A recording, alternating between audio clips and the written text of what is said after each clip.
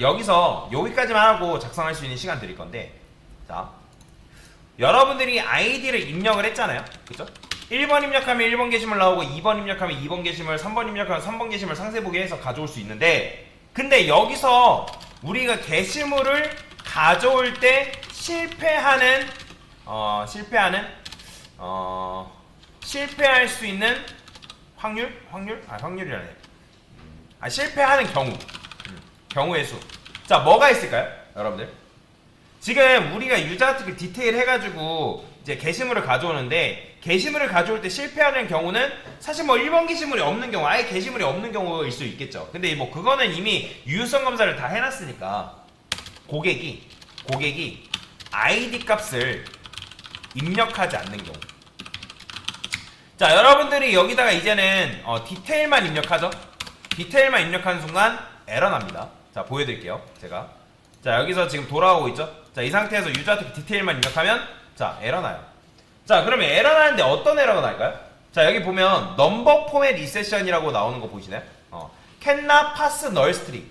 그러니까 너가 입력을 했는데 지금 디테일만 입력을 하고 물음표 기준으로 뒤에 오른쪽이 있어요, 없어요? 없잖아요. 지금 우리가 이렇게 한 거는 무조건 파람셀과 get id 했을 때 id 값이 무조건 있을 거라고 생각을 한 거잖아요. 그죠?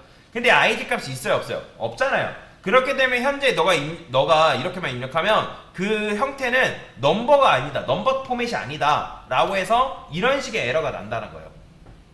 자, 그래서 지금 첫 번째 id를 입력을 하지 않은 경우. 자, 근데 이제 id를 입력했다 쳐요. 여러분들이 유저 아티클 디테일 해가지고 id를 입력했다 쳐요. 근데 id를 요렇게 입력할 수도 있고, 그 다음에 id를 1번이라고 이런 식으로 한글로 입력하는 수도 있잖아요. 그죠? 이런 식으로. 그죠? 그러면 이렇게 입력되면 입력이 돼야 돼요? 안 돼야 돼요? 그래서 잘못 입력했다. 실제 고객이 여러분들 웹사이트를 이제 배우기 시작했으니까 이런 걸 이제 할 수 있는데, 실제 이런 식으로 장난치고 들어오는 사람도 있단 말이에요. 실제 웹사이트에서 보안이 허술한 곳은 이런 식으로 여러분들이 URL 잘못 조작하면 데이터가 해킹되는 경우도 있어요. 실제. 근데 어쨌든 이런 경우를 막아줘야 되잖아요. 잘못 입력하는 경우에 대해서, 지금 같은 경우는. 그죠?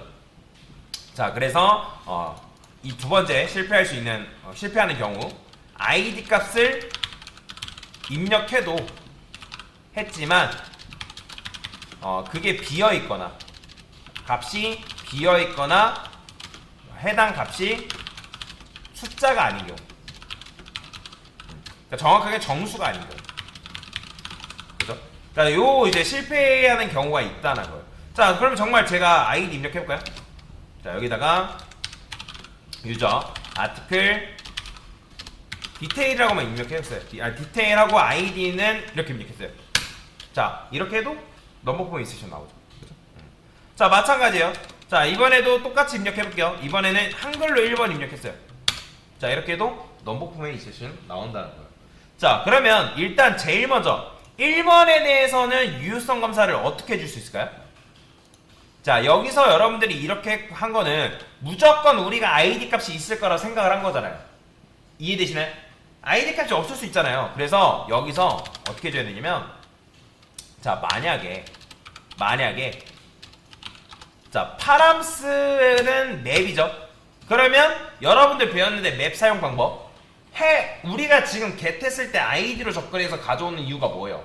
그 값이, 그러니까 그게 키가 아이디이기 때문에 그렇게 가져온 거잖아요. 그러면 자, 해당 키가 있는지 없는지부터 먼저 확인을 해야 될 거 아니에요. 그게 뭐예요? 컨테인스 키. 자, 컨테인스 키의 아이디 해가지고 이제 이게 뻘스다라는 건 무슨 말이에요? 있다라는 거예요? 없다라는 거예요? 아이디가 없다라는 거죠. 그죠? 근데 이거보다 여기서 이제 펄스라 써도 되는데, 펄스인 경우에 이거 안 써도 앞에다가 뭘 쓸 수 있냐면 느낌표 써도 돼요. 느낌표. 이렇게. 그러면 왜냐면 어차피 컨테인스 키의 아이디 있냐? 라고 물어봤을 때 없어 하면 펄스란 말이에요. 없어 펄스면 요거 만나면 얘가 true가 될 테고, 있어 그러면 얘가 true니까 얘 느낌표 만나서 펄스 될 거 아니에요. 그죠? 그러면 여기서는 이제 뭐라 쓰는 거예요? 아이디 값을 입력해달라. 그렇잖아요. 아이디 값 입력해달라 해야 될 거 아니에요. 그 다음에 여기서 컨티뉴 해가지고 위로 올려 보내야 되는 거고. 그죠? 자, 그러면 요것만 하고 테스트를 해볼까요? 조금 만들었으면 테스트를 반드시 해보세요. 자, 디테일. 자, 보이시나요?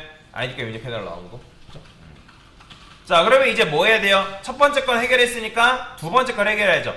자, 지금 에러가 넘버 폼의 익셉션이 나오잖아요. 그러면 자, 우리가 예외를 둘 때, 예외 규정을 둘 때 사용할 수 있는 문법이 있다 했어요. 뭐죠? 여러분 예외 규정 했었잖아요. 우리 자바 기초 수업 배울 때. 트라이 캐치. 그죠? 트라이 캐치.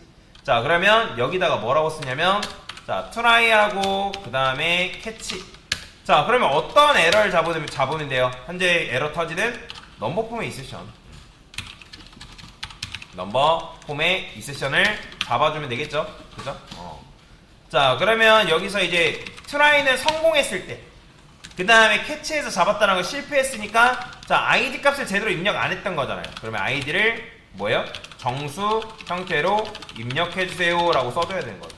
그 다음에 뭐 한다? 컨티뉴해서 돌려보내주면 돼요. 근데 이렇게 하면 여기 밑에 에러가 떠요. 자, 보이시나요? 참고로 트라이 안에다가 여러분이 인트 아이디 만들어주면, 제가 이런 건 무슨 변수라 했어요? 이거 무슨 변수예요? 스코프 안에 선언된 변수는 무조건 지역 변수라 했죠. 그 안에서만 쓸 수 있는 거예요. 자, 그러면 어떻게 해야 돼요? 얘를 바깥으로 둬서 전역적으로 쓸 수 있게끔 둬야 될 거 아니에요. 그죠? 그래서 요런 식으로 요렇게 돼야지만 에러 안 나고 사용할 수가 있습니다. 전역적으로 두셔야 된다. 자, 그래서 여기다가 유저 아티클 디테일. 자, 이제 요것만 입력하면 아이디 값 제대로 입력해라 하는 거고, 그러면 아이디를 제가 이번에는 입력을 했지만 그게 뭐 한글 이렇게 입력하면 아이디 정수 형태로 입력해라. 그렇죠? 자, 그러면 이제 제대로 입력해볼까요? 1번 게시물 잘 나온다 라는 거. 자, 그래서 이런 식으로 여러분들이 유효성 검사를 할 수가 있다 라고 보시면 되겠습니다. 유효성 검사는 굉장히 중요한 겁니다.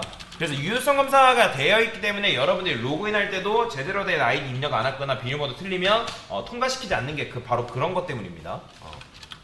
자, 게시물 상세 보기 시에 입력된 아이디 값에 대한 유효성 검사다라고 보시면 되겠습니다.